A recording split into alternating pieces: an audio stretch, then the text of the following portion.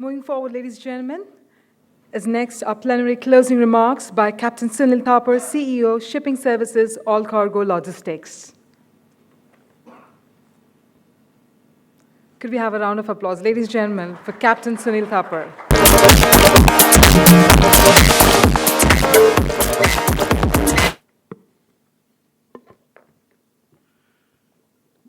Good afternoon, ladies and gentlemen. I know I'm coming in between the session and the lunch, but certain things need to be done and they must be done. First of all, I would like to honor the Honorable Minister, Shri Mungantiwar, sir. Most welcome to this session. And I also must be candid enough to tell you that till yesterday, I did not know that I'll be coming here. And till today morning, I didn't know that I'll be speaking here. And when I came to know about this was when I walked in there at about 10:15, and thinking that I'm going to be one of the listeners in the session.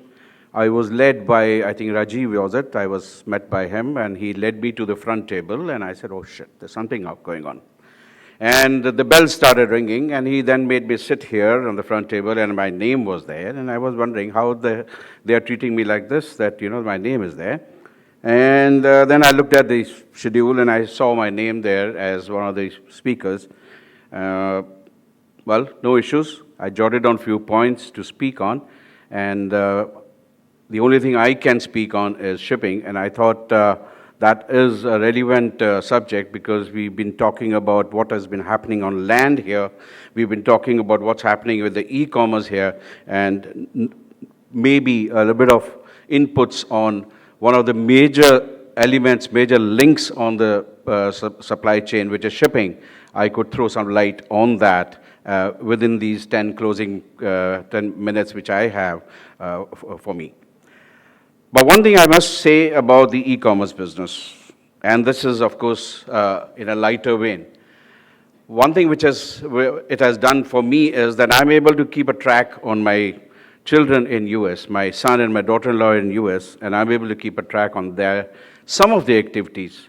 What actually has happened is that I think when my wife was going to US, my daughter-in-law wanted some things to be bought in India, and she ordered that on one of the websites, I won't name it, and she gave my mobile number as the contact number. I think it was a few books which she had ordered. So that parcel came, my wife picked it up. She's in US at the moment, I'm a bachelor these days, and she's taken that with her. But what has happened is that mobile number remained on the website records of that, that service provider. So now every time she's ordering something there, I get a mobile information that your parcel is on the way. Well, okay, good enough. In the beginning, I thought, okay, I'll send her the SMS back, saying that she should not miss out on the parcel. But then I realized I'm using $5 of money on sending the parcel and sending the message back. So I stopped doing it. And yesterday, or it was the day for yesterday, I got an SMS saying that your forehead thermometer is on the way. I picked up the phone and dialed my daughter-in-law in US, and I said, who's sick? So she said, Papa, how did you know there's somebody sick? I said, well, there is something by which I know, and that is e-commerce. E-commerce is letting me know that something is not right in your house. She said, no, nobody is sick. I have ordered a thermometer, and it's based for the future use. So, okay, good. So at least now I can keep track of where my daughter-in-law is spending money, thanks to the e-commerce. Coming down to what my subject is, ladies and gentlemen, and that is shipping, and I've been at it for the last 42 years. I was with Shipping Corporation of India on the board of directors, heading the bulk carrier and tanker division, which was responsible for close to 70% of the revenue, which was about 3,000 crores of the revenue of Shipping Corporation, which was about 4,500 crores. And my responsibilities lay with 60 ships, which covered tankers, bulk carriers, LNG carriers, LPG carriers, and chemical tankers and say whatnot. I retired from there last year, and I joined All Cargo Shipping just the next day. I retired on 30th September, and the first morning I joined in here. And basically, I have been continuing to work because shipping is my passion. And every time I get a chance to speak on shipping, I take it. Thank you for giving me this chance to Economic Times for highlighting what's happening in shipping today. Because while it was talked in the morning that The logistic cost in India is about 18%, and it's very high as compared to Japan, which is about 9%, as compared to EU, which is about 6%, and as compared to US, which is about 3 to 4%. But we need to also look at why it is so high, why the logistic cost in India is so high. Let's first look at the global scenario. Shipping, as you all know, is a cyclic business. The cycle goes up and down in about 6 to 7 years. And in 6 to 7 years, you're supposed to see the troughs and the crests. You lose in one particular cycle. When the trough is there, you gain in the high. And a pure ship owner would normally not invest his money anywhere else. Whatever money he makes, he will keep it for the lows to come and then tide over the situation. That's how the shipping cycle runs. The last high was in 2008, May 2008, when the Baltic Dry Index, which is an index something like Sensex, the Baltic Dry Index was close to about 11,647, if I'm not mistaken with my numbers. That was in May 2008. In the month of December 2008, which is within 6 months, the Baltic Index was 647. Can you imagine a 95% drop within a period of 6 months? And we all know what happened in 2008. The subprime crisis, the Lehman Brothers, and all those things which led to it. The banking went down at that time, but since then it has picked up. It has picked up to a great extent. The commercial business went down, the economies went down, everything went down, but they have all picked up. What has not picked up is the shipping. Why? Because there is nobody to infuse money into shipping. There is nobody to look after the ship owner's interest. There's nobody to talk about what's happening in shipping. We all keep talking about supply chain management. We all keep talking about transportation. We all keep talking about using the sea, the high seas, the coastal waterways, the inland waterways for transportation of goods. But do we all know where we stand? Do we all know why we have not picked up? It's been 9 years, 2008, 16, 8 years. Is my maths right? Yeah, whatever it is. We are still in the trough. What is the BDI today, the Baltic Dry Index? 598. That is where we stand, which is even less than what it was in December 2008. It's not that it didn't go up. It went up to 2,000, went up to 2,500, went up to 4,000 in 2012-14. But it was 2 steps forward, 4 steps back, 2 steps forward, 4 steps back, and since then it's just been hovering there. Give you some examples of, in pure terms. In 2008, when I was handling the VLCCs, which are the largest crude carriers, SCI had 5 of them. That time they had 4, and later on we acquired another one. I was chartering out those ships at the cost of $120,000 a day. That was the money which a VLCC was being chartered out to in those days in 2008. In the very, very close past few days, or few months, few years, it had gone down to minus $5,000 a day. When I say minus means to keep a VLCC running, I was paying $5,000 a day out of my pocket. You can imagine the change from $120,000 a day to minus $5,000 a day. And somebody would ask me a question, why were you paying $5,000 a day? Why didn't you stop the VLCC? Why didn't you keep it idle?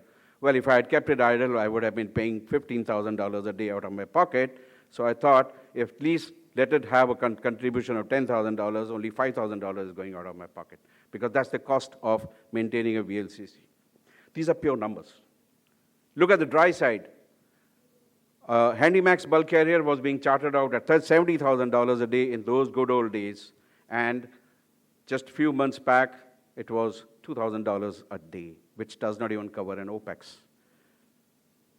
There are 54,000 ships in the world at this moment, which are 10,000 plus dead weight. And ships, gentlemen, have a life cycle of, at least an economic life cycle of 25 years. Very, very capital intensive. A VLCC could, at that time, it used to cost about $100 million. Today, it is still about $85 million.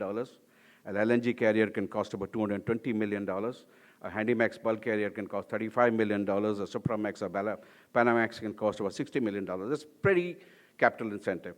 You can't do away with it. It's there. So what happens? The banks take over, they run it out cheaper, and the vicious cycle continues because the banks are only trying to sustain it. They're trying to get the best out of it. That's where the global shipping market stands today. When you look at it, tanker market, bulk carrier market, container market, the whole scenario is down. The tanker market went up in between. I think VLCC today is about $27,000 a day. In between, it went up to 60, 65, 70 also. But it's again down. The chemical tanker market, you look at it again, similar story. The bulk carriers are in major mess at the moment. Now let me take you on to the area of concern today, the coastal, Indian coastal waterways, Indian coastal shipping. 54% to 58%, the numbers could be here and there, of goods in India, domestic goods move by road. 6 to 7% only moves by coast. 7,500 kilometers of coastline, 12 major ports, 200 minor ports, 200 plus, in fact, minor ports. And out of those 7,500 kilometer coastline, nearly 2,000 kilometer coastline is around the island. So you can still say the Indian peninsula has got 5,500 kilometers of coastline. How many Indian ships we have? I think about 1,600 plus. And out of that, 10,000 plus deadweight ships would be about 200 odd, nothing much. So only 6% of the domestic trade moves by coast, which is said to be the cheapest mode of transportation, eco-friendly, and whatnot. Still, there is no movement. I was with Gadkari ji in March, and I told him, I said, sir, he was talking about coastal shipping and how to improve coastal shipping, and I jokingly said, I said, sir, the day you stop improving the roadways, the coastal shipping will improve. So he started laughing. He said, why? I said, the problem is you are looking after both, and you are doing a great job on both. But when you are improving the roadways, the people don't want to move by coast. They continue to move by road. 54% was the contribution earlier. Today, I think it's gone to 58% by day. What has also happened is the railways have become more competitive. All of a sudden, railways never bothered about freight. Railways never bothered about the revenue. All of a sudden, they have started realizing they're losing their business. They're losing their business to road. So railways has become more competitive. In fact, they have become, for a change, very aggressive. And the news which I heard a few days back where I was reading that they want to do away with the railway ministry and the railway board will become totally commercial and whatnot. I mean, not railway ministry, but the railway board, and they want to convert it into a company. If that happens, then I don't know, I mean, which way they will go. But today, the railways have become very aggressive. The Sagarmala project, which the government has been, pushing very hard, the port-led development of shipping. Ladies and gentlemen, this can happen only if the private ports can also contribute equally. Sagarmala project today is a central government-run project, the port-led development, but the diktat of central government runs only on the 12 major ports. It has no control over the minor ports which are under the state governments. And some of those private minor ports are fleecing. The amount of money they charge, it's astronomical. The 12 major ports give you a 40% concession for the coastal goods, for the coastal ship owners. The private ports say we don't care. Why should we give you the concession? We don't care. Why do we need to propose, the coastal shipping, why should we promote it? We are concerned with our money. Let the bigger ships come in, and we will promote that. So they don't want to lose revenue. And it is not very easy for the coastal ships to call major ports because of the waiting period. There's no separate berth. There is still custom regulations. You still have immigration on board. You still have immigration which comes on board and signs on sign-off crew. Do you have that in domestic flying? You don't do that. When you take a plane from domestic one area to the other, you don't go through immigration, you don't go through anything, you don't go through customs. But coastal shipping has to go through all those. What are the reasons? I'm not going to discuss that because the reasons could be more than to do with the systems. It could be a lot of other things. Just for an example, I had a ship in Goa day for yesterday, and I was converting that ship from a foreign going to a coastal ship, and I was told by the customs that you have to sign off all crew, sign on the same crew all over again. And I said, why do I have to do that? Well, that's the requirement. I said, show me the requirement. They didn't show me the requirement. So the only thing I had to do was either take a decision to hold the ship till the time the requirement comes, or pay 1,500 rupees per head as incidentals and get the thing sorted out and sail the ship out. Just an example. Mantriji is just sitting here, but I mean, these are the things which hurt us. So, inland waterways.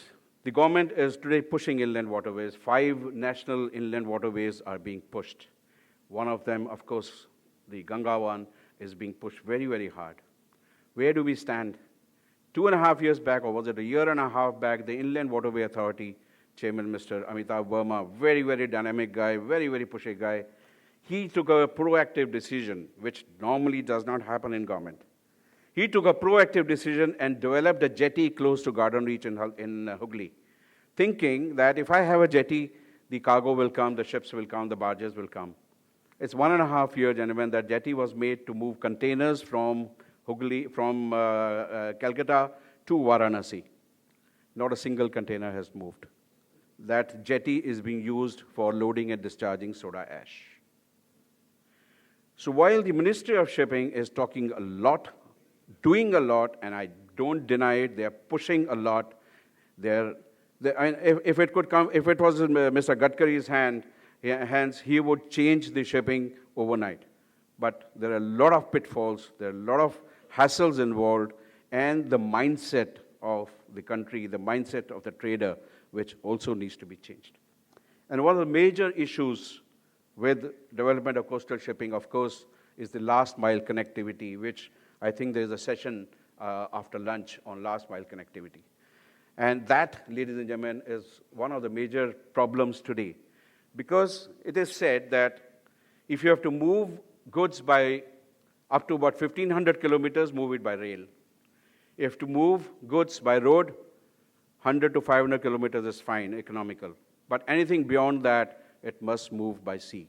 But that doesn't happen. I've been given bells. Time is getting over. Lunch is waiting. I think I've exceeded. Just give me one more minute, ladies and gentlemen, if I can. Oh, you broke my... So anyway, so what I was trying to say is the last mile connectivity is an issue, and a trader, a shipper, a mover does have a problem, because when he, and of course, the last mile connectivity also includes the multiple handling, which involves movement by coast.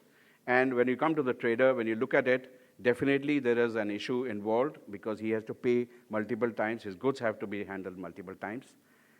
And I must inform the gathering here that our proactive Shri Gadkariji has now thought of a scheme where the shipper or the mover who will choose to move, I think about 9 or 12 commodities by sea, will get 1 rupee per ton kilometer incentive. I wouldn't call it a subsidy, because subsidy is a dirty word. Will get an incentive to move the goods by coast. So which is a step from the central government, well looked forward to by companies like us, All Cargo Logistics. We have 5 bulk carriers moving on the coast, involved in the coastal movement of goods. And we look forward to such initiatives from the government. With these few words, I hope they were few, ladies and gentlemen, thank you very much for giving me this opportunity to speak to such an august gathering and in front of our Honorable Minister. Thank you very much.